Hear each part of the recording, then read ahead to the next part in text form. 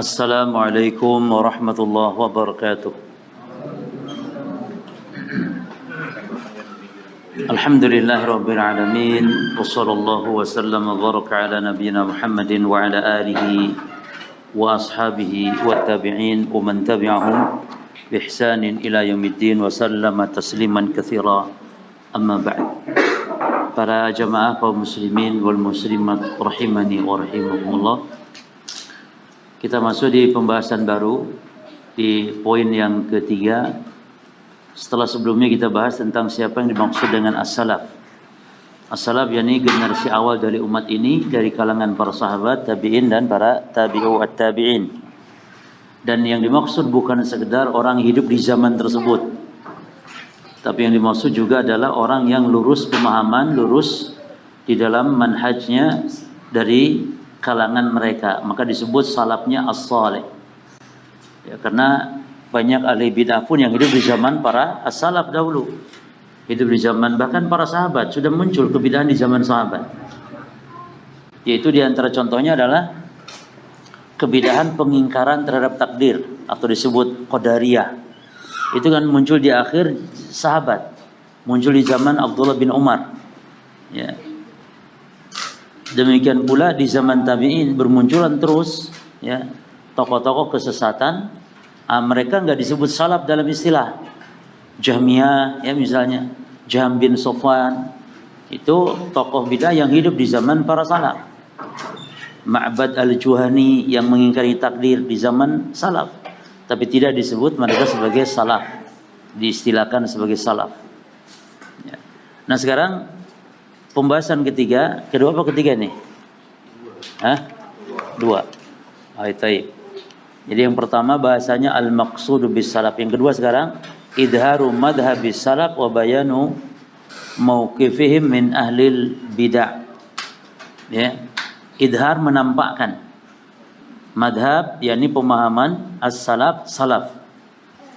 Wa bayanu dan penjelasan mauqifihim sikap mereka yakni para salaf min ahlil bid'ah terhadap ahlil bid'ah. Nah, ahli bid'ah itu adalah orang yang menyimpang di dalam pokok-pokok agama. Dan para ulama menyebutkan bahwa usul al-bid'ah itu 4 golongan. Yang pertama khawarij, ya, usulul bid'ah. Pokok-pokok kebid'ahan ada 4 golongan, 4 kelompok. Tapi dari situ nanti terus bercabang kebid'ahan-kebid'ahan. Ini menunjukkan berarti kebid'ahan itu dalam pokok-pokok agama cuma ya, yang dimaksud ahli bid'ah itu. Bukan yang dimaksud ahli bid'ah yakni dalam masalah-masalah yang sifatnya amaliyah yang terkadang ada khilaf ulama dalam memvonis bid'ah. Contoh qunut subuh. Qunut subuh itu sebagian ulama seperti Imam Ahmad menyatakan bid'ah. Dan bukan ini yang dimaksud dengan ahli bid'ah. Tapi dalam pokok-pokok agama seperti Jahm bin Sofwan, seperti ya Wasil bin Atha, tokoh Mu'tazilah, atau Amr bin Ubaid, itu ahli bid'ah yang mana sesatnya itu dalam pokok-pokok agama yang telah masyhur disepakati dalam pokok-pokok agama tapi mereka menyimpang. Nah, seperti mengingkari takdir, mengingkari adab kubur, mengingkari poin-poin akidah yang sudah disepakati. Bahkan mengingkari masalah fikih tapi ini disepakati. Contoh mengingkari terhadap mengusap sepatu misalnya, ini masalah fikih. Tapi ketika diingkari karena ini masalah yang sudah jelas, sudah paten bagian dari syariat, diingkarinya, berarti dibawakan oleh para ulama ini pembahasan tentang akidah. Yang menyelisihinya berarti ahli bid'ah. Ini cuma. Baik. Qala Rasulullah sallallahu alaihi wasallam. Rasulullah SAW bersabda, "Alaikum bisunnati." Ini hadis dibawakan oleh muallif ya para jemaah sekalian untuk menunjukkan tentang bagaimana sikap kita terhadap kebid'ahan ya, dan tentu kepada pelakunya. Di mana Nabi di sini mewanti-wanti ya diperintah menjauhi segala bentuk kebid'ahan.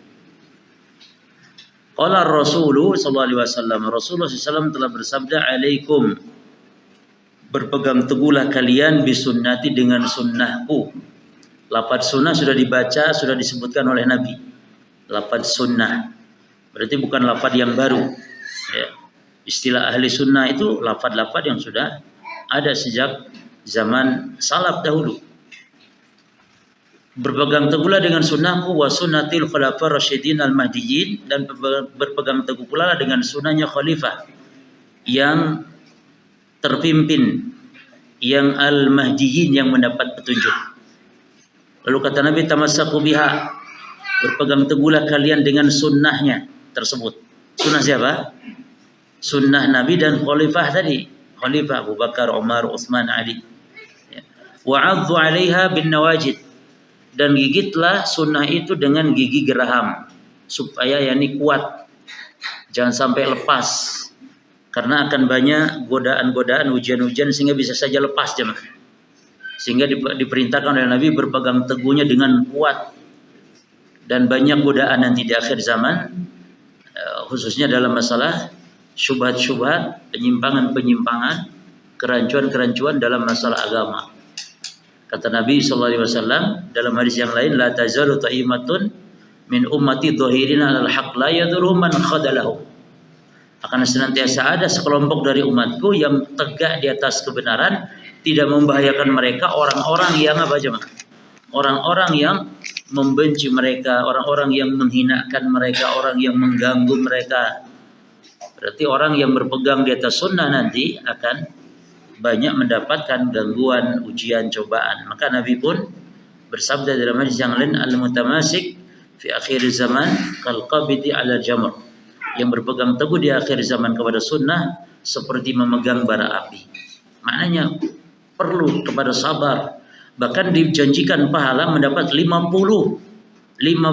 pahala sahabat Nabi kalau sabar di akhir zaman dalam berpegang dengan agama. Dan ini bukan para dai saja, hatta antum walaupun tidak sebagai seorang ustaz, seorang alim, antum yang menjalankan sendiri secara pribadi sunnah ini demikian. Ya. Yang al-mutamasik berpegang teguh dengan sunnah akan mendapatkan gangguan, mendapatkan perlakuan buruk dari manusia, dari orang-orang yang jahil. Ya. Maka sabar di atas sunnah sampai Allah wafatkan kita. Sabar jemaah. Paling sebentar, gangguan-gangguan itu sebentar sampai kita wafat. Paling berapa lagi? Berapa waktu lagi kita mati? Sebentar saja. Sabar sampai Allah mewafatkan kita. Maka Nabi pun mengatakan, wahum yani dhahirun wahum ala dzalik hatta yatiya amrullah. Ya, sampai datang kepada mereka perkara Allah. Bisa jadi maknanya kematian. Dalam lafaz yang lain sampai hari kiamat tegak, maknanya sampai menjelang kematiannya. Ya. Baik. Kemudian Nabi mengatakan, wa iyyakum, Nabi mengatakan lawannya, lawan dari sunnah. Wa iyyakum, dan hati-hatilah kalian, jauhilah oleh kalian, wa muhdatsatil umur, perkara yang diada-adakan dalam urusan agama. Jadi Nabi katakan ada kata-kata al-umur. Ini yang dimaksud bahwa perkara baru yang dimaksud adalah perkara agama, bukan perkara baru dalam urusan dunia. Ya. Oleh karena itu para jemaah sekalian, kaidahnya ya, setiap perkara agama yang tidak dikerjakan Nabi, tidak ada di zaman Nabi, perkara agama ya, maka kalau kita sekarang melakukannya itu terlarang. Itulah yang disebut dengan bid'ah. Maka melakukannya adalah bid'ah dan meninggalkannya adalah sunnah. Tapi kalau perkara dunia yang Nabi SAW tidak lakukan, itu bukan bid'ah, ya, dan tidak harus terlarang. Seperti Nabi SAW tidak ada yang namanya internet, tidak ada pesawat, dan Nabi tidak melakukan, ini tidak terlarang. Tapi kalau Nabi tidak merayakan sebuah perayaan dalam urusan ibadah, Nabi tidak melakukan ibadah, Nabi meninggalkannya, tidak melakukannya, maka melakukannya sekarang terlarang dan haram, dan itu dimaksud dengan bid'ah, dan meninggalkannya adalah sunnah. Ini kaidah. Makanya di antara mereka ada yang menyebarkan semacam syubhat. Kata mereka apa? Tidak setiap yang tidak ada di zaman Nabi, tidak dilakukan di zaman Nabi harus dilarang, tidak ada. Ya, contohnya maulid Nabi. Walaupun Nabi tidak maulid Nabi, tapi maulid tidak terlarang kata mereka. Nah, kita katakan yang tidak ada di zaman Nabi itu ada dua macam. Satu urusan dunia, satu urusan ibadah. Yang kedua urusan ibadah. Kalau urusan dunia, tidak setiap yang tidak dilakukan Nabi dilarang memang. Nabi tidak makan Nabi tidak makan gorengan, Nabi tidak makan nasi goreng. Nabi, apakah sekarang makan nasi goreng terlarang? Tidak. Ya. Tapi Nabi tidak merayakan ini dan itu. Nabi tidak sholat ini dan itu. Nabi tidak puasa ini dan itu. Nabi tidak azan ini dan itu. Maka kita sekarang melakukannya berarti haram. Contoh, Nabi tidak azan untuk sholat hari raya. Maka kita kalau sekarang azan untuk sholat hari raya, berarti kita jatuh kepada yang haram. Dan meninggalkan azan untuk sholat hari raya ini sunnah. Yang disebut dengan sunnah tarkiyah. Misalnya Nabi tidak merayakan maulid. Maka kita sekarang merayakannya adalah haram, terlarang. Karena itu termasuk bid'ah.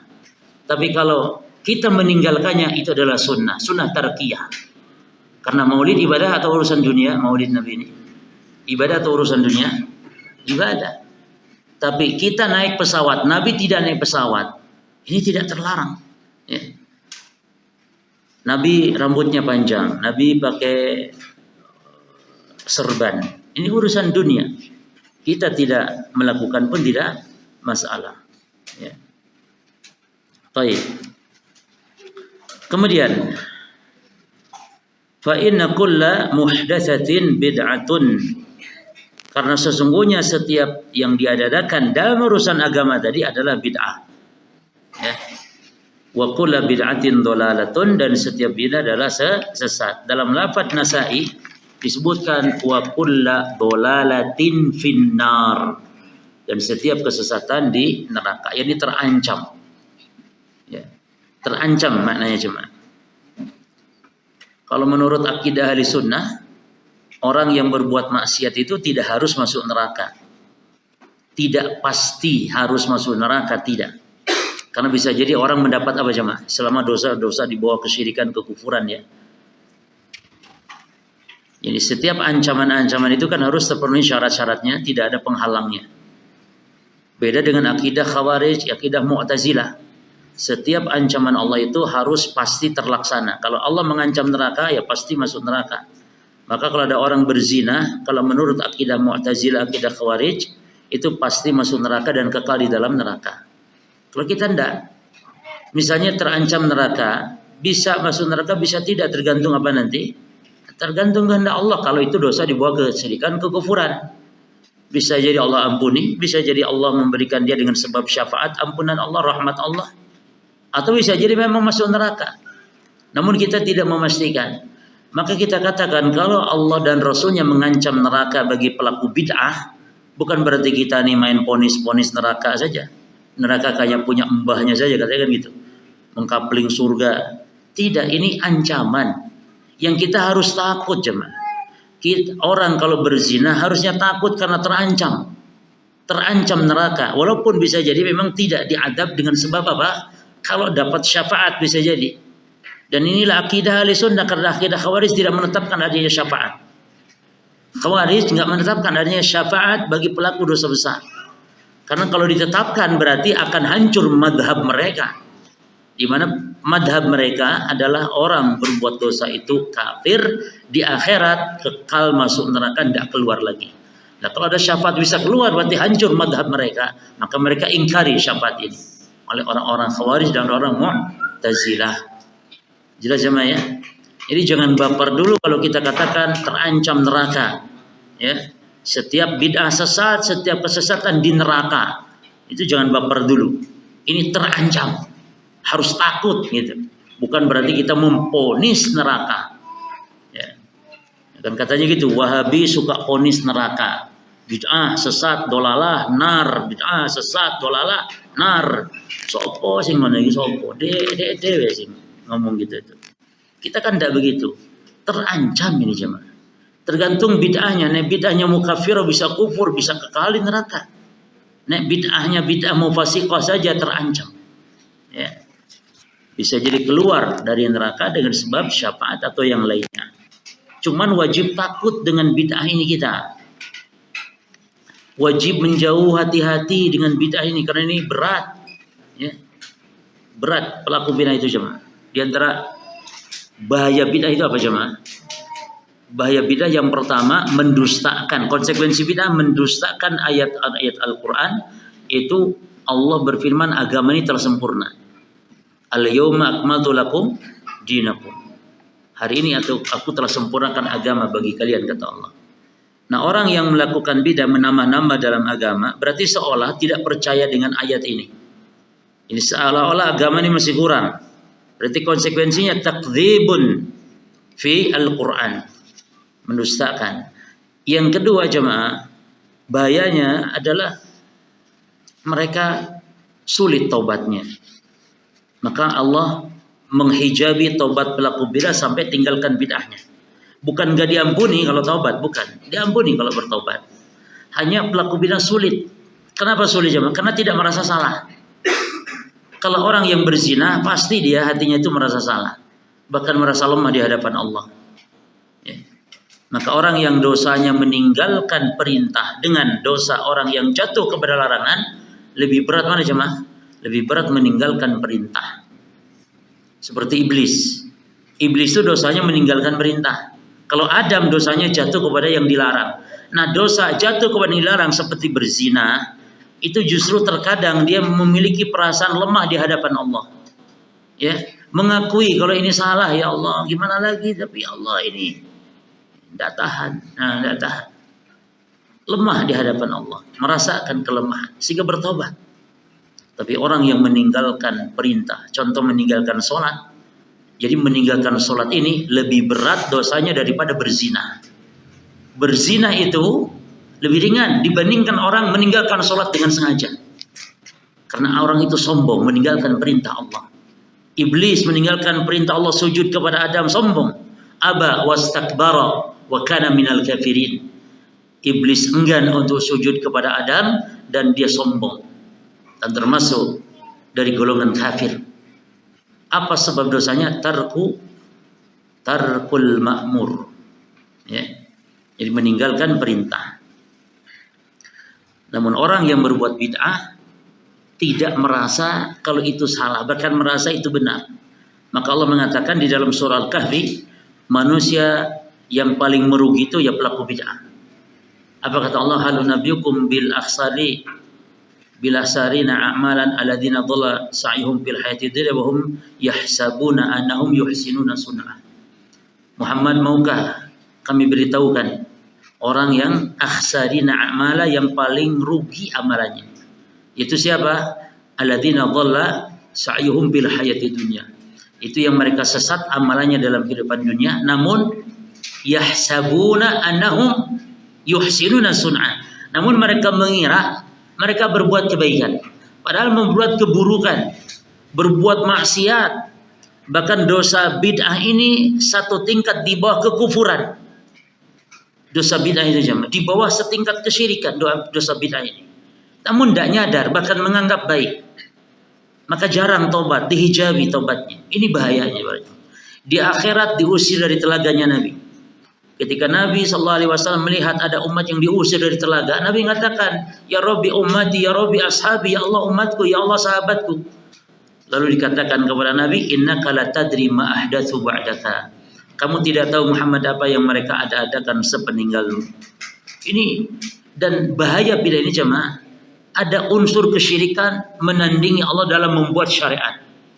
Ya. Membuat syariat, yang berhak membuat syariat adalah Allah.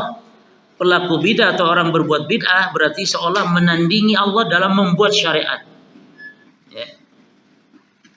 Dan lagi amalan mereka tertolak.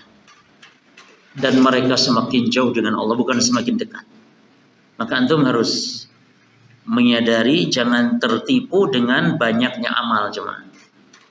Pelaku bid'ah sebanyak apapun amalannya bukan semakin dekat dengan Allah, tapi semakin jauh.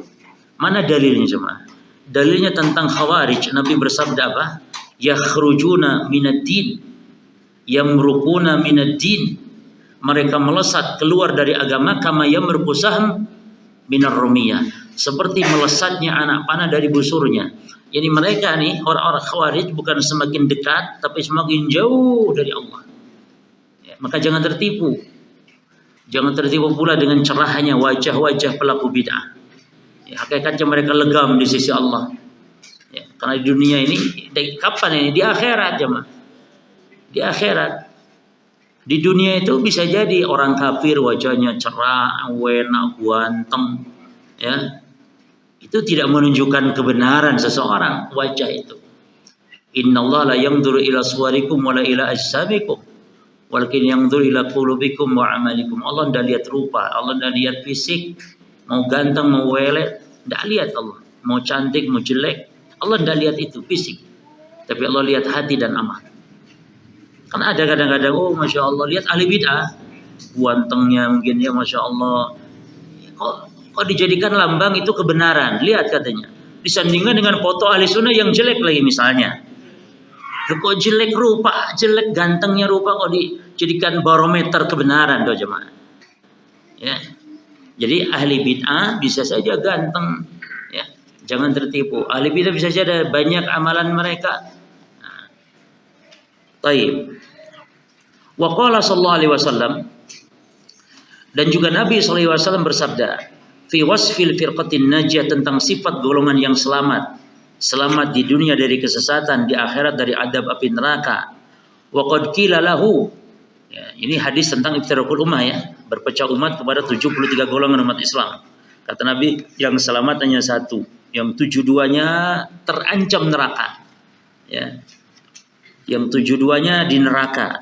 Maknanya nih terancam neraka. Nah, para sahabat cerdas. Yang ditanyakan enggak yang 72. Sing 72 sapa ya Rasul? Enggak tanya 72. Sing selamat iki sapa? Cirinya kaya apa? Sing satu bukan sing 72. Maka Nabi mengatakan mak ana alaihi wa ashabi. Ini ciri sifatnya. Yaitu ma ana alaihi wa ashabi, yaitu apa yang aku dan para sahabat berada di atasnya, yakni di atas petunjuk, di atas sunnah. Nah, maka di sini mu'alif membawa kita kepada sebuah pemahaman bahwa sunnah adalah petunjuk Rasul dan para sahabat yang kita harus berpegang teguh.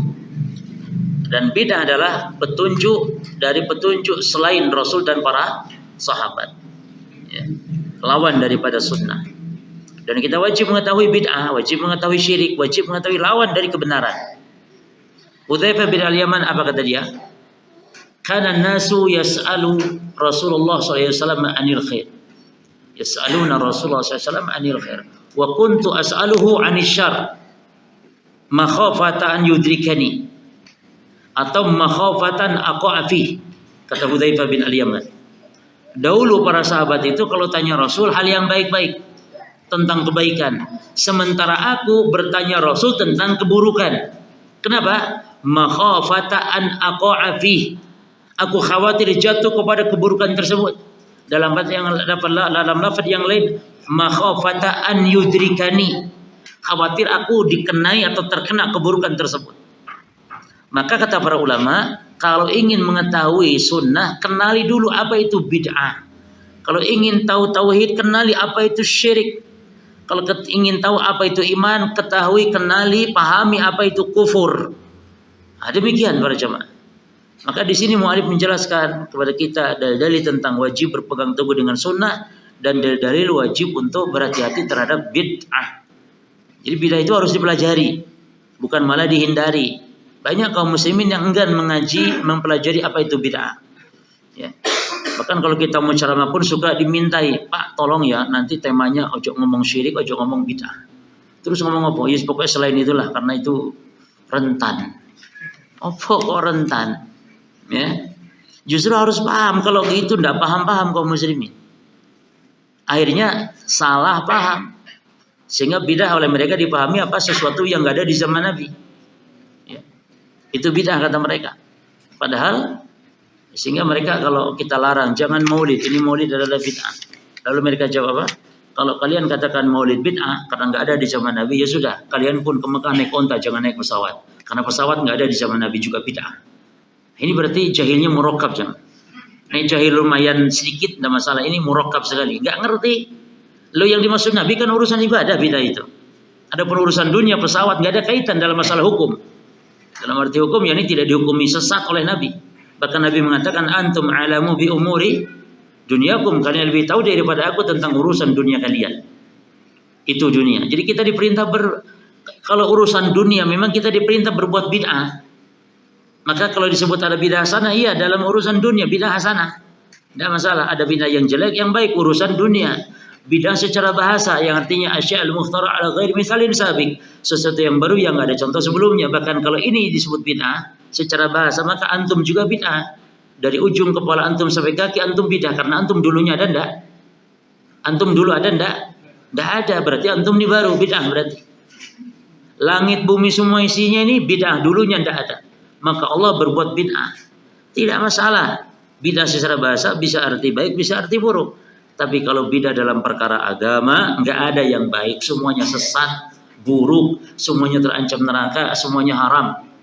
Ini kata Imam Nawawi, Imam Malik rahimahullah, apa kata beliau? Man ibtada'a fil Islami bid'atan. Lihat kata Imam Malik, man ibtada'a fil Islam.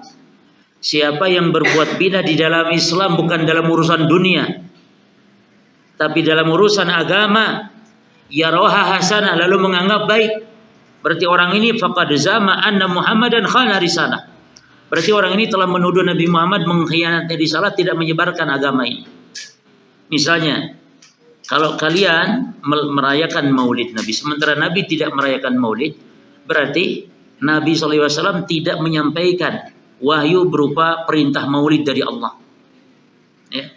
Seolah demikian konsekuensinya itu, jemaah. Maka Imam Malik membuat sebuah kaidah, fama lam yakun yauma idzin dinan lam yakunil yauma dinan.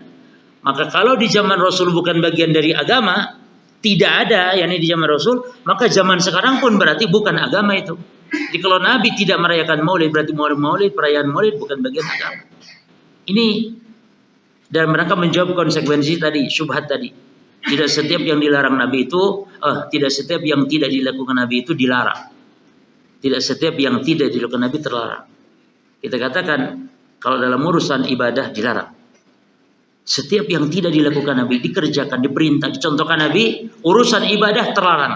Tapi kalau dalam urusan dunia betul tidak dilarang. Setiap yang tidak dilakukan atau tidak ada di zaman Nabi. Internet nggak ada di zaman Nabi, tidak terlarang. Tapi azan untuk sholat hari raya tidak ada di zaman Nabi. Dan ini ibadah, maka sekarang kita azan terlarang. Coba berani azan, kan itu ibadah. Ada Allahu Akbarnya, menyebut nama Allah. Azan ibadah. Kenapa tidak mau? Karena Nabi tidak lakukan. Kenapa enggak mengkiaskan kepada azan untuk hari raya dalam ibadah-ibadah yang lain yang enggak ada dalilnya yang sahih, tidak ada contohnya dari Nabi sallallahu alaihi wasallam. Ya. Baik. Wa qala Ibnu Mas'ud.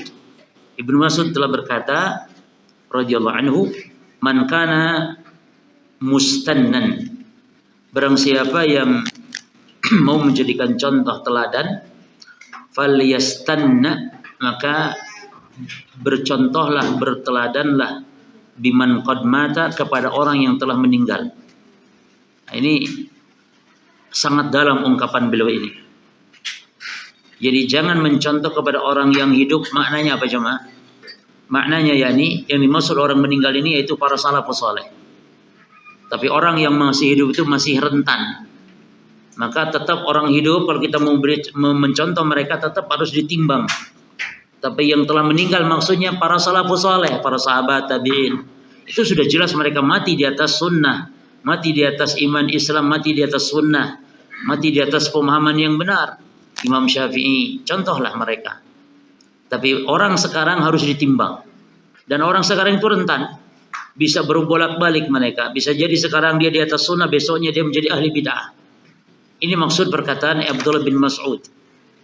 Antum merasakan ya kawan, dulu mungkin antum pernah ngaji kepada seorang ustadz. Ngaji, mendengarkan ceramah-ceramahnya, kajian-kajiannya, bahkan kajian kitab-kitabnya. Namun sekarang sang ustadz tersebut ngomongnya apa? Saya taubat dari salafi. Apa antum ngaji masih ke dia? Yang dia ngomong saya taubat dari salafi, semua sekarang ormas benar semuanya, ahli jannah semuanya, nggak ada istilah ini salafi. Pokoknya saya taubat dari salafi. Antum masih ngaji? Tidak. Nah, itu ciri orang kalau masih hidup ya rentan dengan fitnah. Tapi orang yang sudah meninggal, Imam Syafi'i, imam yang 4, para tabi'in, tabi'ut tabi'in, para sahabat, mencontohlah kepada mereka. Gitu maksudnya ya. Siapa yang qad mata di sini, yang telah mati maksudnya para as-salaf, para sahabat. Ulaika ashabu Muhammad. Yang dimaksud yang telah mati ini para sahabat Muhammad sallallahu alaihi wasallam. Kanu khaira hadhil ummah. Mereka adalah sebaik-baik dari umat ini. Jadi kalau Allah memuji untum khaira ummatin ukhrijat linnas, itu ayat antum jangan ngaku duluan. Tidak pantas kita ngaku duluan. Kalian sebaik-baik umat, jangan kita duluan yang ngaku. Tapi ayat ini antum arahkan dulu kepada para salaf, para sahabat.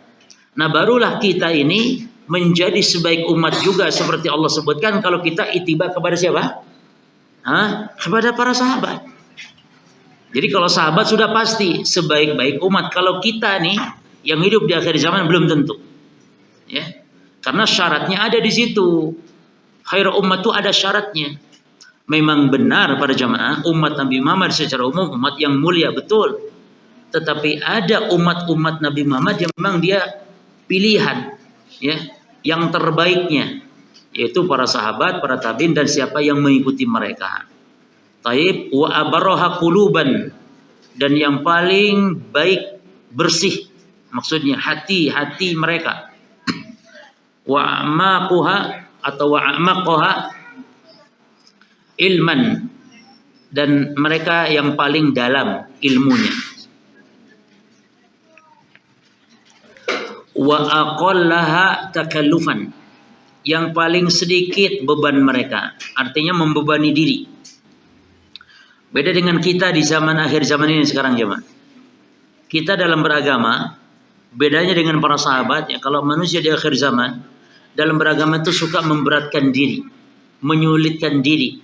Kalau para salaf dulu tidak dalam beragama. Dan para jemaah sekalian, hukum asal kita nih di dalam beragama Islam ini, sunnah ini, petunjuk Nabi ini, hukum asalnya memang mudah dan ringan. Tapi manusia itu sendiri yang memperberat di dalam beragama. Ya. Apalagi yang namanya bid'ah, ribet bin ruwet, bid'ah itu juga. Ribet ruwet. Saya kemarin lihat ada postingan di YouTube, cara salam santri kepada ustadz, kepada kiai. Itu ribet minta ampun. Jadi salam itu pertama harus nunduk. Kamu nunduk katanya. Oh masih pulang nunduk. Nunduk lagi, nunduk. Terus cium. Pas dia cium sekali, oh salah, harus 2 kali bolak-balik. Dicium sama santri bolak-balik. Pas lah, yang dia cium tangannya sendiri. Jadi ciumnya harus tangan kiainya. Terus ini cara-cara ini riwayatnya sopo. Riwayat siapa kok ada salam seperti ini? Bahkan diharamkan salam sampai nunduk seperti itu, sampai ngesot seperti itu. Ini contoh saja. Nah, itulah cara beragama mereka itu. Ribet, ya, ruwet, dan itu memberatkan, menyulitkan diri. Kalau ada orang meninggal di antara kerabatnya kan harus ngutang sana ngutang sini untuk sekedar merayakan atau memperingati kematian ke berapa. Itu contohnya. Para sahabat tidak demikian. Dia wa aqallaha takallufan. Ya. Qaumun ikhtarahumullahu, kaum, yani para sahabat itu kaum yang Allah telah memilih mereka li suhbatin nabihi, untuk menemani nabinya sallallahu alaihi wasallam. Jadi para sahabat itu cukup dengan kemuliaan seperti ini, berjuang membela nabi, bersama nabi, menemani nabi.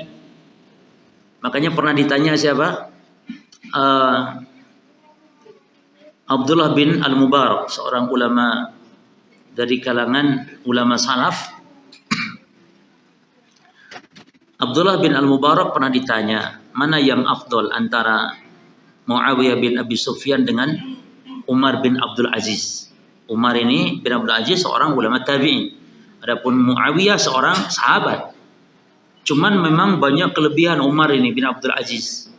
Ketakwaannya, kewaraannya, keadilannya dalam memimpin, ya, keimanan, ketakwaannya. Lalu Abdullah bin Al-Mubarak mengatakan, kok ditanya, kok dibanding-bandingkan antara sahabat dengan tabi'in? Jauh, nggak ada apa-apanya. Bahkan sebutir debu, ya, yang menempel di lubang hidungnya Muawiyah saat dia sholat di belakang Rasul, sebutir debu yang menempel di hidungnya Muawiyah saat sholat di belakang Rasul, dia afdal min Umar bin Abdul Aziz, lebih afdal daripada Umar bin Abdul Aziz. Bukan melecehkan, menghinakan Umar bin Abdul Aziz seorang khalifah, enggak. Tapi dalam rangka bagaimana bandingannya gitu cuma. Ya. Jadi sahabat itu dengan menemani Nabi, bahkan cukup melihat Nabi saja luar biasa. Melihat Nabi, beriman kepada Nabi, mati di atas iman Islam, sahabat dia disebut sahabat, punya predikat sahabat yang dijamin surga oleh Allah. Maka sekedar melihat saja itu sudah luar biasa. Apalagi di sini berjuang bersama Nabi. Ya. Wa naqli dini, dan dia adalah yang telah menukil, yang telah menyebarkan agama, ya, agama Allah. Fa tashabbahu bi akhlaqihim, maka bertasyabuhlah kalian, kata Ibnu Mas'ud, dengan akhlak mereka. Tuh, jadi hukum tasyabuh itu jamaah jangan langsung dihukumi haram atau halal, enggak. Dilihat dulu tasyabuh itu, kalau tasyabuh dengan orang kafir jelas, tapi tasyabuh dengan orang-orang beriman, tasyabuh dengan para sahabat, hukumnya wajib. Jadi kalau ditanya apa hukum tasyabuh, ya antum minta perincian dulu apa dimaksud tasyabuh. Tapi kalau ma hukmu tasyabuh bil kuffar, baru haram. Ma hukmu tasyabuhi bis sahabati, al-jawab wajib. Ma hukmu tasyabuh bis salaf, apa hukum tasyabuh dengan para salaf, hukumnya wajib. Maka kata beliau, fatashabbahu, bertasyabuhlah kalian. Ya. Kata pepatah, fatashabahu illam takunu mithlahum, bertasyabuhlah dengan mereka walaupun kalian tidak seperti mereka. Fa inna tasyabuha bil kirami falahu, karena bertasyabuh dengan orang-orang yang mulia itu adalah kebahagiaan, kesuksesan, ya, kebahagiaan. Jadi bertasyabuhlah dengan mereka walaupun kita tidak seperti mereka, tapi kita berusaha untuk meniru-niru mereka, para salafus saleh. Taib wa taraikihim, dan jalan-jalan mereka, ya, fahum kanu 'alal hudal mustaqim, karena sungguhnya mereka berada di atas petunjuk yang lurus. Ya, ini wejangan yang demikian mendalam dari sahabat Abdullah bin Mas'ud tentang apa? Tentang perintah untuk berpegang teguh meneladani para salafus saleh. Ya. Tadi dari hadis, ya, lalu sekarang perkataan sahabat, lalu dibawakan perkataan para ulama salaf, diantaranya Imam Ahmad. Wa qala al-Imam Ahmad, usulu sunnati indana tamassuk bima kana alaihi ashabu Rasulillah sallallahu alaihi wasallam wal iktida'u bihim wa tarkul bid'ah. Prinsip sunnah menurut kami adalah berpegang teguh, kata Imam Ahmad, terhadap apa yang ditempuh para sahabat Rasulullah dan meneladani mereka serta meninggalkan kebid'ahan. Ya. Maka Imam Ahmad ini ikon di zamannya, ikon tentang sunnah. Jadi kalau ditanya siapa imam ahli sunnah wal jamaah, jawabannya Imam Ahmad. Ya. Perjuangan beliau dalam membela akidah ahli sunnah wal jamaah, akidah Islam.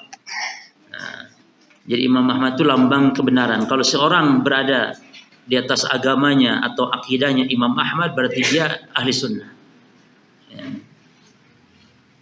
Maka Imam Abul Hasan al-Asy'ari pun tobatnya mengikuti akidah Ahmad bin Hanbal. Ya. Dia tinggalkan akidah mentakwil sifat-sifat Allah, ya, mengikuti akidah Ahmad bin Hanbal. Terus wa mazala aimatu sunnah wa ulama'uha zailan ba'da jailin, maka terus senantiasa, wa mazala senantiasa atau terus, aimah para imam sunnah, ini para imam sunnah seperti imam madhab yang 4 ya, wa ulama'uha, dan para ulama-ulama sunnah, jailan ba'da jailin, dari generasi ke generasi, yad'una, mengajak, menyeru, ila tiba'is salafis salih, untuk mengikuti salafis salih. Mana dalil-dalilnya disebutkan nanti oleh muallif, yakni perkataan-perkataan para ulama dalam menyeru, mengajak mari kembali kepada madhab salaf, kepada ajaran salaf dalam beragama Islam. Ya, nanti dibawakan imam-imamnya mengatakan demikian. Wal iktida'i bihim, dan meneladani mereka, yakni para salafus saleh. Wasuluki tariqihim, dan untuk menempuh ya jalan mereka. Ya, wa ma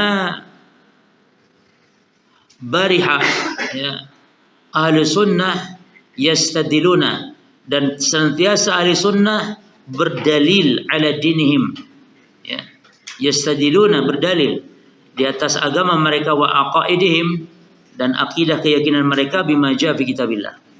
Jadi senantiasa kalau ahli sunnah berdalil dalam urusan agama, khususnya urusan akidah, adalah dengan Alkitab, yakni as-sunnah. Alkitab, yakni Al-Quran, wa bima sahha an Rasulillah, juga dengan apa yang sudah sahih dari Rasulullah berupa sunnah.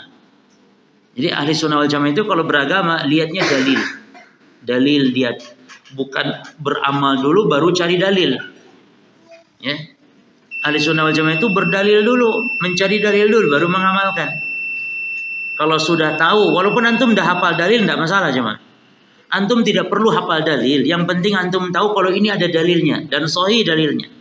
Contohnya, antum sholat duha. Kalau ditanya, apa antum sholat duha? Apa dalilnya? Mana dalilnya? Antum tidak perlu untuk menjawab dalilnya. Qala Rasulullah. Kalau tidak hafal, tidak apa. Kalau hafal, ya bagus. Penuntut ilmu, belajar. Tapi kalau tidak hafal, tidak masalah. Antum cukup ngomong ada dalilnya. Mana dalilnya? Coba baca. Tidak hafal, anak tanya ulama. Selesai. Yang penting antum yakin kalau amalan antum ada dalilnya. Ahli bidah tidak. Kalau ditanya, ada dalilnya ini? Bu ya, aku pokoknya jari kiai yo, ini amalan nih. Kalau kita ada dalil tahu, tanya ahli ilmu. Fasalu ahla dzikri in kuntum la ta'lamun. Adzan dulu. Fadhal adzan.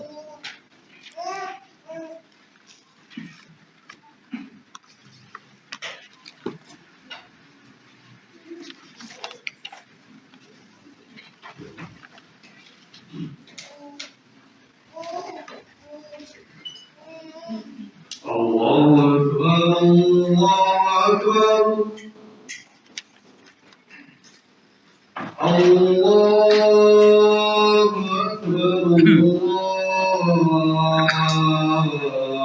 Akbar. Asyhadu an la ilaha illallah.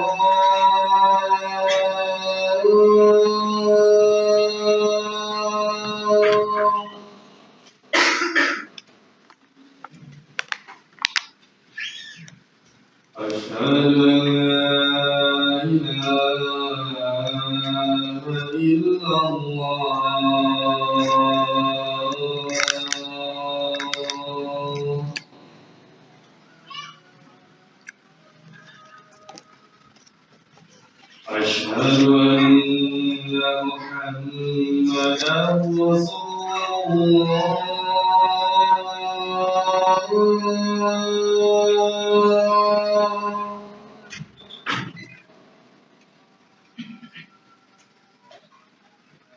أشهد أن محمدا رسول الله.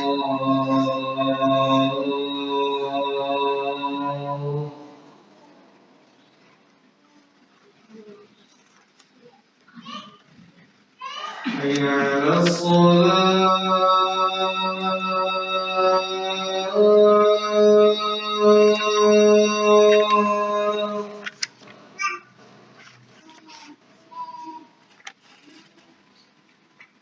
حي على الصلاة.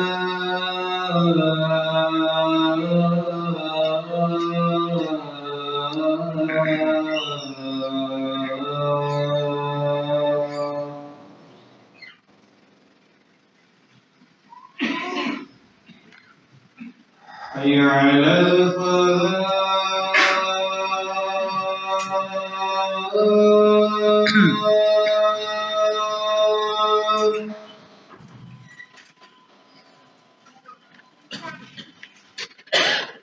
حي على الفلاح.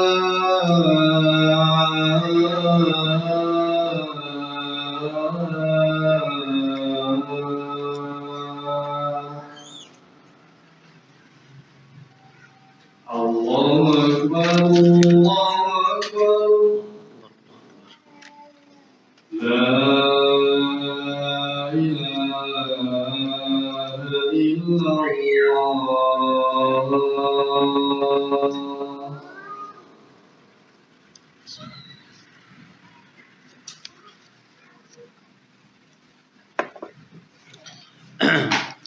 Bismillah, alhamdulillah, wassalatu wassalamu ala rasulillah, thumma amma ba'd. Para jamaah kaum muslimin wal muslimat rahimani wa rahimakumullah. Perhatikan sekali lagi, beliau mengatakan, wa ma bariha ahlu sunnati yastadilluna ala dinihim wa aqaidihim bima jaa fi kitabillah. Ahli sunnah senantiasa menggunakan dalil atau berdalil terhadap agama mereka dan keyakinan mereka dengan Al-Quran, kitabullah, wa bima sahha an Rasulillah, dan apa yang sahih dari Rasulullah, yakni hadis atau sunnah Rasul SAW. Lalu fa illam yajidu fihima, apabila tidak mendapati pada keduanya di dalam kitab atau di dalam sunnah, maka fabima sabata, maka berdalil dengan apa yang sudah sahih an as-salafis salih, anis salafis salih, dari para salafus salih, minas sahabah wa tabi'in wa atba'it tabi'in, dari para sahabat, tabi'in dan para tabi'ut tabi'in, al-ma'rufi anhum, yang dikenal dari mereka ini al-imamah, keimamannya fi sunnah, di dalam sunnah, ini ulamanya. Ya, contohnya Imam Ibnu Katsir misalnya. Perhatikan di sini kawan, segi pendalilannya. Qala Ibnu Katsir fi tafsiri qaulihi ta'ala. Imam Ibnu Katsir berkata tentang tafsir firman Allah Ta'ala, summa stawa 'alal arsy, kemudian Allah beristiwa di atas arasy. Maka perhatikan perkataan Imam Ibnu Katsir yang menunjukkan beliau itu mengajak manusia untuk berdalil sesuai dengan pemahaman para salaf dalam memahami ayat ini. Kata beliau, falin nasi fi hadza maqalatun katsiratun jiddan. Maka manusia di dalam masalah ini tentang aras Allah istiwa, itu maqalat, banyak sekali pendapat-pendapat, jiddan, katsiratun jiddan, banyak sekali pendapat-pendapat yang laisa hadza maudhu'u bastiha, yang bukan di sini dalam tafsir saya ini, gitu kata Ibnu Katsir. Saya membahasnya tentang masalah ini. Wa innama yuslaku fi hadzal maqam, akan tetapi kita menempuhnya dalam masalah ini tentang istiwa Allah di atas aras adalah madhhabas salafis salih. Kita mengikuti, yang penting terserah pendapat manusia tentang Allah istiwa, macam-macam, istaulaka, macam-macam, terserah. Namun kita, kata Imam Ibnu Katsir, mengikuti apa yang ditempuh sebagaimana salafus salih. Siapa? Malik, Imam Malik, wal Auza'i, Imam Al-Auza'i, wal Thawri, Imam Al-Thawri, wal Laits bin Sa'ad, Imam Laits bin Sa'ad. Laits bin Sa'ad ini ulama Mesir yang Imam Syafi'i mengatakan bahwa Laits bin Sa'ad itu afqah min Malik, lebih alim daripada Imam Malik. Namun tidak ada orang yang menyebarkan madhabnya, kata Imam Syafi'i. Ya. Nah, jadi Imam Laits bin Sa'ad wa Syafi'i wa Ahmad bin Hanbal wa Ishaq. Jadi maksudnya, mari kaum muslimin dalam memahami ayat, apalagi tentang sifat Allah seperti ini yang manusia banyak sesat, kita ikut imam-imam kita yang jelas, yang ada dikenal di dunia ini. Siapa dia? Imam-imam tadi. Nah, sekarang banyak kaum muslimin tuh meninggalkan pendapat-pendapat imam-imam ini tentang masalah sifat Allah. Nek fikihnya ya Syafi'i, tapi nek masalah sifat Allah, akidah, tauhidnya kok justru meninggalkan Imam Syafi'i. Justru yang paling penting bermadzhab Syafi'i itu, artinya dalam kita mengikuti Syafi'i, adalah justru akidahnya. Baik, ini kesalahan, ya. Terus contoh yang lain, wa qala al-Imam Ibnu Abil Izz Al-Hanafi. Berkata Imam Ibnu Abil Izz Al-Hanafi, siapa beliau ini? Beliau adalah Syarih At-Tahawiyah, yang mensyarah, ya, Syarihu At-Tahawiyah. Syarihu At-Tahawiyah, yakni yang mensyarah kitab Aqidah Tahawiyah. Kitab Aqidah Tahawiyah ini kitab akidah miliknya Imam Abu Ja'far At-Tahawi, seorang ulama yang bermadhab Hanafi. Jadi akidah imam 4 Imam Abu Hanifah, itu semuanya sama. Kecuali satu saja di poin apa? Di poin tentang iman. Antara Imam Abu Hanifah dengan jumhur mayoritas ulama ahli sunnah berbeda. Tapi semua masalah pokok-pokok agama akidah sama semuanya. Ya. Maka seandainya kaum muslimin sekarang berakidah seperti Syafi'i, selamat dari kesesatan. Cuman malah mengambil akidah yang lain. Akidah Asy'ari, Maturidi, Kulabi, akidahnya Khariji, akidah Mu'tazilah. Macam-macam. Ini tidak boleh jemaah. Ya. Tidak boleh kaum muslimin bermadhab beraneka ragam pemahaman dalam akidah. Harus satu pemahaman. Sebagaimana para imam 4 satu pemahaman. Para ulama-ulama salaf ahli sunnah semua satu pemahaman. Itu akidah salaf, akidah ahli sunnah wal jamaah. Terus, apa kata beliau? Waqad ahbabtu ya an asrahaha salikan tariqas salaf. Maka saya suka untuk mensyarahnya kitab ini dengan menempuh metode as-salaf. Ya, fi ibaratihim, dalam ungkapan-ungkapan mereka. Apa itu? Wa ansija'ala min walihim mutataffilan. Kita agak kacamata dada. Apa kata Imam Ibn Abil Izz Al-Hanafi? Waqad ahbabtu an ashrahaha salikan tariqa. Aku menyukai untuk mensyarah kitab ini dengan salikan, ya, menempuh metode salaf fi ibaratim dalam ungkapan mereka, wa ansija, ya, dan aku rangkai ala min walihim, ya, yakni berdasarkan metode mereka mutataffilan alaihim, yakni mutataffilan untuk menempuh atau meniru sikap mereka. La'alli amdamu fi salkihim, ya, wa adkhulu fi adadihim. Ini harapan aku agar aku bisa bergabung bersama, ya, mereka dan aku masuk dalam golongan mereka. Jadi maksud perkataan Imam Ibnu Abdul Is ini bahwa beliau mensyarah kitab Tahawiyah ini adalah dengan metode para salafus saleh. Ya. Nah, ini yang dimaksud dengan para ulama kita dahulu itu mengajak, menyeru kepada pemahaman para salafus saleh dalam beragama. Demikian pula waqala al-Imamu Az-Zahabi. Ya, demikian pula berkata Imam Az-Zahabi. Ya. Imam Az-Zahabi berkata fi muqaddimati kitabihi Al-Qayyim. Di dalam kitabnya yang sangat baik. Imam Az-Zahabi punya kitab apa? Tentang akidah, tentang tauhid, Al-Uluwu li'aliyil Ghaffar. Kitab tentang ketinggian, yang membahas tentang sifat ketinggian Allah. Ya. Jadi para ulama kita ini kadang membahas tentang sifat Allah secara khusus para jemaah. Membahas tentang sifat ketinggian Allah. Ya. Nah, faedah mana kata Imam Zahabi? Fa in ahbabta ya Abdullah al-insaf, ya, faqif ma'an nususil Qur'ani was sunnah.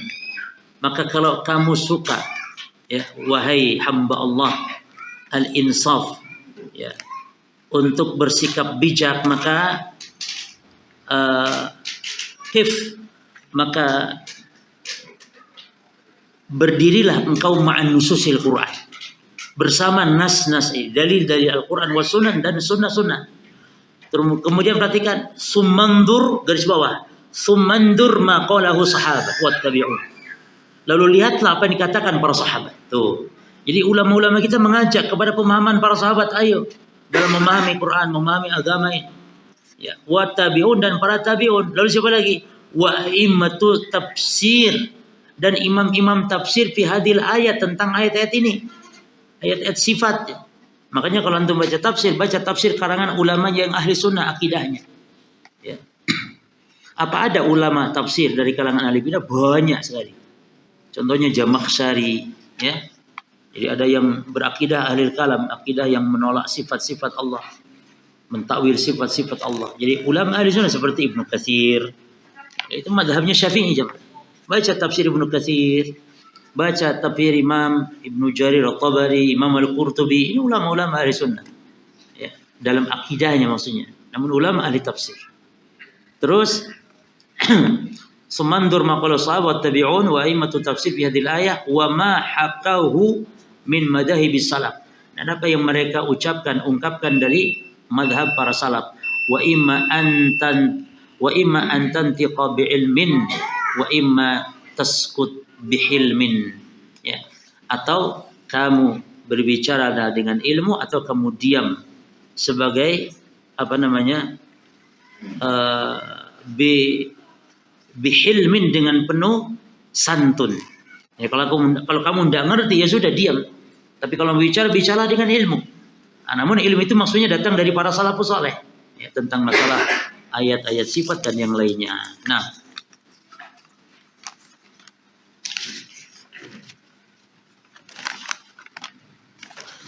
baik. Terus doa aja Mas. Potongnya sampai sini ya. Sampai perkataan siapa? Imam siapa? Imam Adz-Dzahabi. Imam Adz-Dzahabi. Dan Imam Adz-Dzahabi ini seorang ulama juga yang dia ahli hadis dan ulama yang menulis biografi para ulama. Di antaranya kitab yang terkenal ya. Imam Adz-Dzahabi punya kitab namanya Syiar A'lam An-Nubala. Ya. yakni sejarah para imam-imam yang mulia. Nah, saya jawab pertanyaan dulu. Imam Syafi'i adalah ulama salaf sunnah atau sunnah, tapi dalam kitabnya Al-Um dia membagi bid'ah, ada bid'ah hasanah dan bid'ah dolalah. Pertanyaan bagaimana memahami hal ini? Baik. Bukan hanya Syafi'i ya, tapi juga Umar bin Khattab. Ya, Umar bin Khattab juga mengatakan ketika sholat tarawih dipimpin oleh satu imam atas perintah Umar. Jadi Umar memerintahkan kepada Tamim Ad-Dari, Ubay bin Ka'ab, dua orang yang qori, ahli baca Quran, mengimami para sahabat sholat tarawih. Umarnya tidak sholat. Umar sholatnya di rumah. Nah, Umar ketika melihat para sahabat sholat tarawih berjamaah, Umar mengatakan apa? Nikmatil bid'atu hadhihi.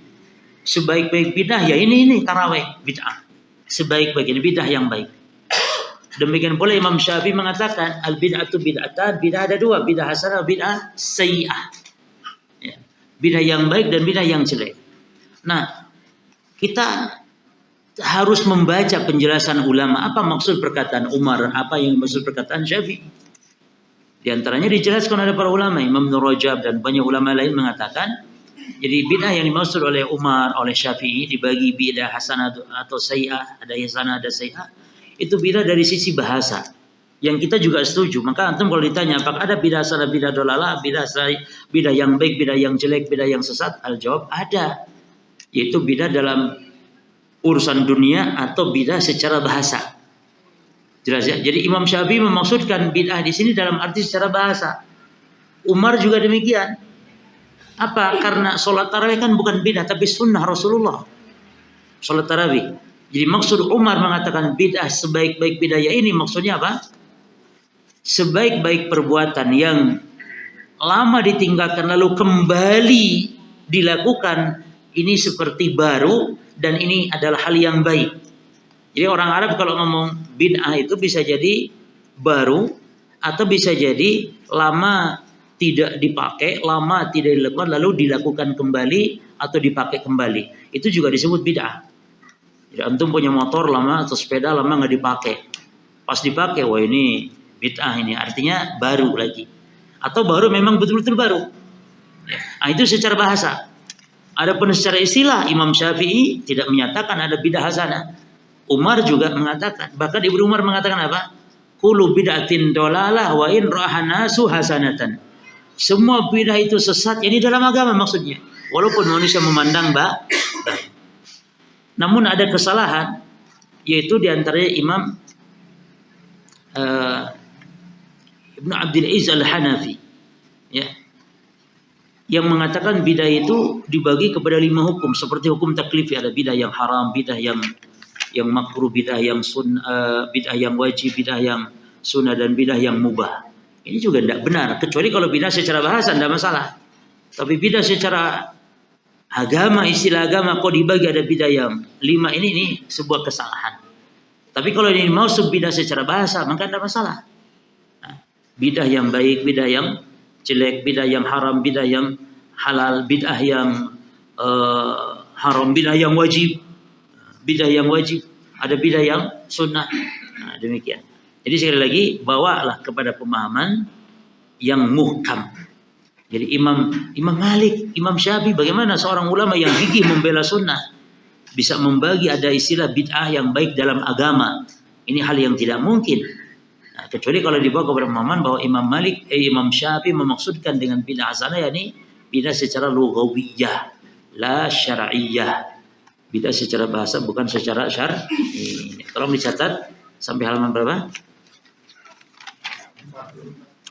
44 di perkataan Imam Az-Zahabi, ya. Kita baca nanti insyaallah. Langsung ke poin yang ketiga sekalian. Allah taala alam. Nah, ada yang mengatakan bahwa dulu Allah laporan itu tidak ada harokat. Taib. Itu termasuk dari maslahat al-mursalah namanya. Hal-hal kebaikan yang dia bukan bagian dari syariat tapi untuk memudah seperti membangun pesantren itu maslahat al-mursalah. Jadi urusan-urusan dunia yang tidak ada dalilnya dan ini urusan dunia ini adalah untuk mendukung kebaikan. Makanya kemaslahatan itu ada yang baik, ada kemaslahatan itu yang memang haram jelek. Maka disebut masalah al-mulghah, masalah yang dibuang, tidak boleh. Contohnya dangdutan itu baik kalau kajian supaya banyak yang hadir, lalu dibuatlah di dalam kajian itu ada dangdutan. Ini maslahat datangnya orang gitu ya kan. Tapi itu kan haram. Jadi maslahat yang mulghah itu. Tapi kalau seperti harokat, seperti pesantren itu maslahat tapi yang baik. Nah sekarang membedakannya antara bid'ah ya hasanah dengan maslahat mursalah apa? Katanya bid'ah hasanah tidak boleh. Taib. Kalau bid'ah itu memang pokok dari bagian agama. Ya berjemaah. Ini pokok agama ibadahnya. Tapi kalau maslahat mursalah itu adalah dia masalah-masalah dunia. Tapi ada kebaikan kepada agama. Tapi masalahnya dunia. Contoh harokat, contoh lagi apa jemaah? Misalnya membangun sekolah-sekolah ya. Atau contohnya mencetak ya. Kalau mencetak buku sudah ada zaman ulama dulu memang. Tapi kalau bid'ah kok nggak boleh ada hasanah tapi maslahat mursalah kok boleh, ini beda. Kalau masalah mursalah urusan dunia namun dibuat untuk kebaikan dalam agama. Tapi kalau perayaan Maulid ini bukan urusan dunia dibuat untuk agama tapi dia ibadah yang dibuat. Maka ini namanya disilakan adalah bid'ah oleh mereka hasanah, tapi menurut kita enggak ada bid'ah hasanah, tapi bid'ah semuanya dolalah. Ini bedakan antara Maulid dengan mengharokati yang dulu di zaman Nabi, kan itu mempermudah semacam ilmu-ilmu. Ya, ilmu-ilmu dibuat dipelajari, dibagi-bagi ilmu seperti ada istilah ilmu tafsir bagaimana. Ini juga bagian dari maslahat yang al-mursalah, maslahat yang dibolehkan. Jadi masalah itu ada masalah yang mulghah yang dibuang. Ya. Jadi masalahnya ada kemaslahatan tapi urusannya haram gitu loh. Contoh yang gampangnya. Gitu. Pengajian kan sepi ini supaya ramai orang datang buat dangdutan. Maslahat sih ramainya orang tapi kan haram. Ya. Maka cukup kita ganti dengan yang maslahat yang baik apa contohnya? Maslahat yang mursalah yang baik mungkin supaya orang datang. Jadi buat makan ada dia buat. Dulu ada soto di sini, sekarang tidak ada lagi. Fadhal. Ya, gitu Pak ya. Barakallahu fiik. Fadhal. Mengutip perkataan misalnya Imam As-Sawri yang terkenal setan itu dinyukai kita daripada maksiat. Itu kan ada yang mutakatik. Jadi masa dosa bid'ah itu lebih besar daripada maksiat. Jadi dia mencontohkan gini. Kalau saya datang ke majelis bid'ah, Maulid yang kita lakukan seperti itu, gitu kan? Masa dosanya lebih besar dari berzina dengan ibu kandung? Nah, contohnya gitu, Ustaz. Artinya terus siapa yang meyakini keyakinan kayak gitu? Itu subhat. Gimana mendudukkan ucapan Imam As-Sawri ini? Baik, jadi Imam Sufyan Tsauri mengatakan bahwa al-bid'ah habu ila iblis minal ma'siyah. Beliau kan sudah jelas itu menjelaskan sebabnya. Li'anna al-ma'siyah yutabu minha wal bid'atu la yutabu minha. Jadi kata beliau bid'ah itu lebih disukai iblis daripada maksiat. Karena apa? Karena kalau bid'ah itu tidak ditobati, kalau maksiat-maksiat seperti berzina ditobati. Jadi bahaya bukan dari sisi masalah besar, tapi dari sisi efek negatifnya jemaah. Jadi efek negatifnya. Makanya ulama menempatkan bid'ah itu dosa yang di bawah setingkat di bawah kekufuran. Karena kalau bid'ah menyebabkan pelakunya bisa kufur. Ini bahayanya bid'ah. Tapi kalau maksiat seperti berzina tidak menyebabkan orangnya kufur. Bahkan tadi lebih banyak orang bertobat setelah berzina. Tapi bid'ah kan tidak ada yang tobat. Ini bahaya itu dari sisi itunya loh jemaah. Bukan berarti zatnya seperti bid'ah lebih besar dari berzina misalnya. Padahal di dalam acara bid'ah kan ada zikir, baca Quran dan semisal para jemaah. Bukan masalah itunya. Ya, apalagi bid'ah amaliyah tentu beda dengan bid'ah dalam masalah akidah. Ya. Maka kita katakan dalam hal yakni efek buruknya dalam kehidupan agama. Itu maknanya. Orang yang berbuat zina dan semisal tidak merusak dalam syariat. Dia hanya dosa bagi diri. Tapi kalau bid'ah dalam merusak agama ini, menjadi hancur agama ini, menjadi rusak syariat gitu loh jemaah. Dan juga efek buruk dari bid'ah bisa kufur. Kalau maksiat di bawah kekufuran tadi tidak. Ya, orang hatta berzina dengan ibunya pun tidak sampai kafir. Contoh gampang gini, orang yang menyembelih untuk Nyi Roro Kidul atau untuk selain Allah, untuk jin dalam rangka taqarrub kepada jin, itu berat dosa di sisi Allah daripada orang yang berzina dengan ibunya. Maka kalau orang awam ditanya, mana yang berat dosa seorang anak? Yaitu dia datang ke dukun karena ibunya sakit, lalu dukun memerintahkan menyembelih seekor kambing hitam untuk sang jin. Dengan ada lagi anak yang kedua nih, dia memperkosa ibu kandungnya sendiri. Mana dua dosa ini yang berat di sisi Allah? Yakin, wallahi ana bersumpah yakin, kalau orang awam yang tidak ngaji akan pilih mana dosa yang berat? Memperkosa ibunya kandung sendiri. Oh, ini anak kurang ajar ini. Terus yang nyembelih untuk selain Allah nih anak untuk menyembuhkan ibunya. Oh, ini anak berbakti. Kan itu kalau orang awam kacamatanya. Padahal di sisi Allah dosa ini tidak begitu. Yang berat itu dosa anak tadi yang menyembelih untuk selain Allah. Kan dia kufur, syirik, keluar dari Islam, batal syahadatnya. Tapi yang memperkosa ibunya tetap dia sebagai seorang muslim. Tidak keluar dari Islam dia, muslim tetap. Disinilah maka Ibnu Mas'ud mengatakan, lan ahlib billahi sadiqan, lan ahlib billahi kadiban ahabu ilaya min ahlib bi ghairillahi sadiqan. Sungguh kata Abdullah bin Mas'ud, saya bersumpah dengan menyebut nama Allah walaupun dusta, saya berdosa, lebih saya cintai, saya sukai daripada saya bersumpah dengan menyebut nama selain Allah walaupun jujur. Nah, Ibnu Mas'ud sedang membandingkan tentang beratnya dosa, yaitu dosa bersumpah dengan menyebut nama selain Allah dengan dosa berdusta. Ibnu Mas'ud mengatakan mana yang lebih berat? Bersumpah dengan nama selain Allah lebih berat daripada berdusta. Padahal berdusta juga dosa besar. Nah, jadi para sahabat cerdasnya di situ, termasuk Imam Sufyan Tsauri tadi.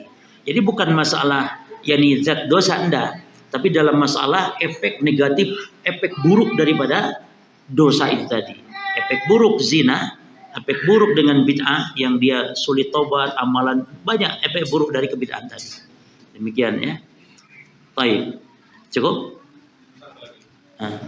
Baik. Fadhal. Malaikat rahmat itu nggak akan ke rumah kita apabila ada makhluk atau butuh bernyawa. Sedangkan kita kalau mau tidur dulu, apakah malaikat tersebut tidak masuk juga?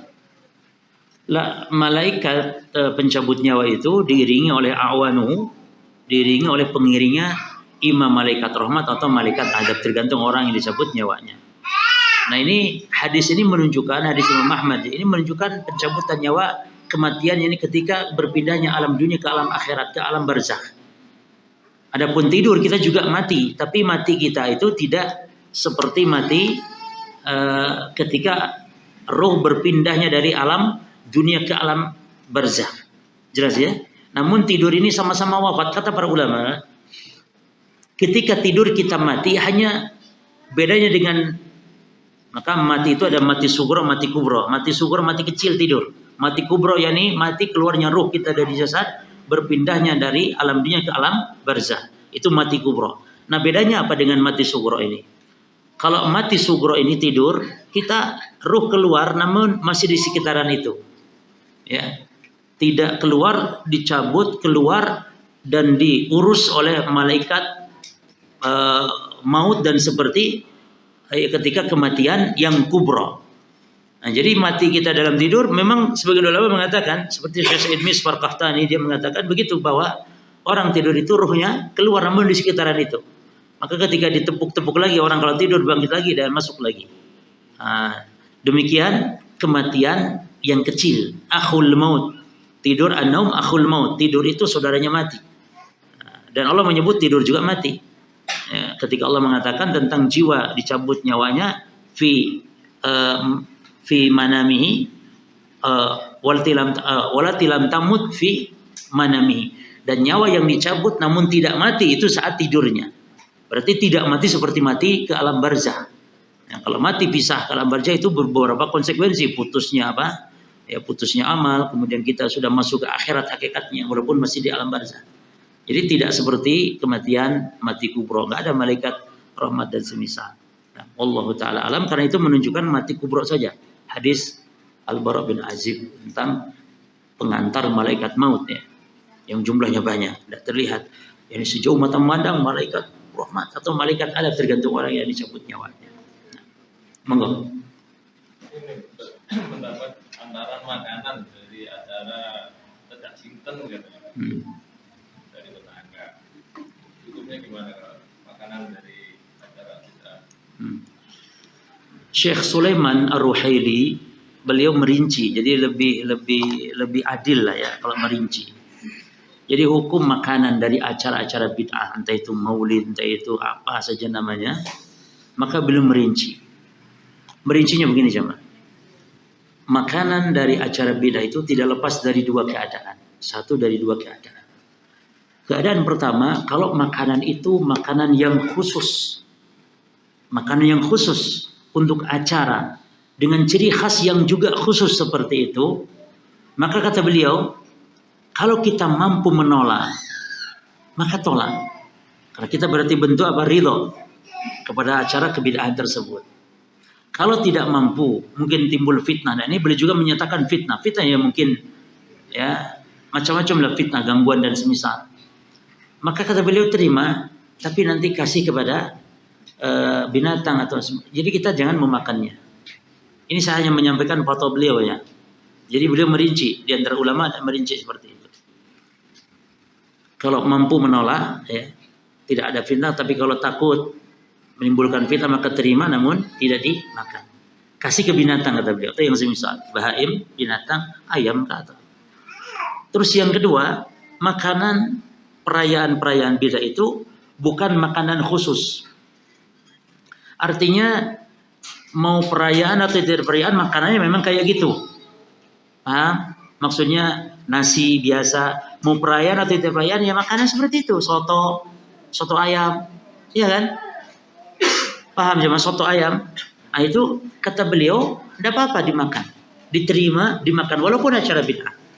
Karena ini makanan bukan khusus untuk perayaan tersebut, tapi ini makanan di luar perayaan pun kan makannya gitu, soto kan ya, atau rawon, itu tuh jemaah. Berarti makanan khusus kayak apa jemaah? Makanan khusus kayak apa? Kan ada makanan khusus, Iya ada bubur merah apa dibuat reno-reno, termasuk mohon maaf, wallah alam ini misalnya beliau kan orang Arab ya, harus ditanyakan kepada beliau tentang tumpeng itu. Tumpeng maulid ya, harus dilihatkan kepada Syekh. Nanti si paling tanya, antum kalau acara ndak maulid atau acara biasa, antum makan ini ndak? Paling tinggi itu Syekh nanya.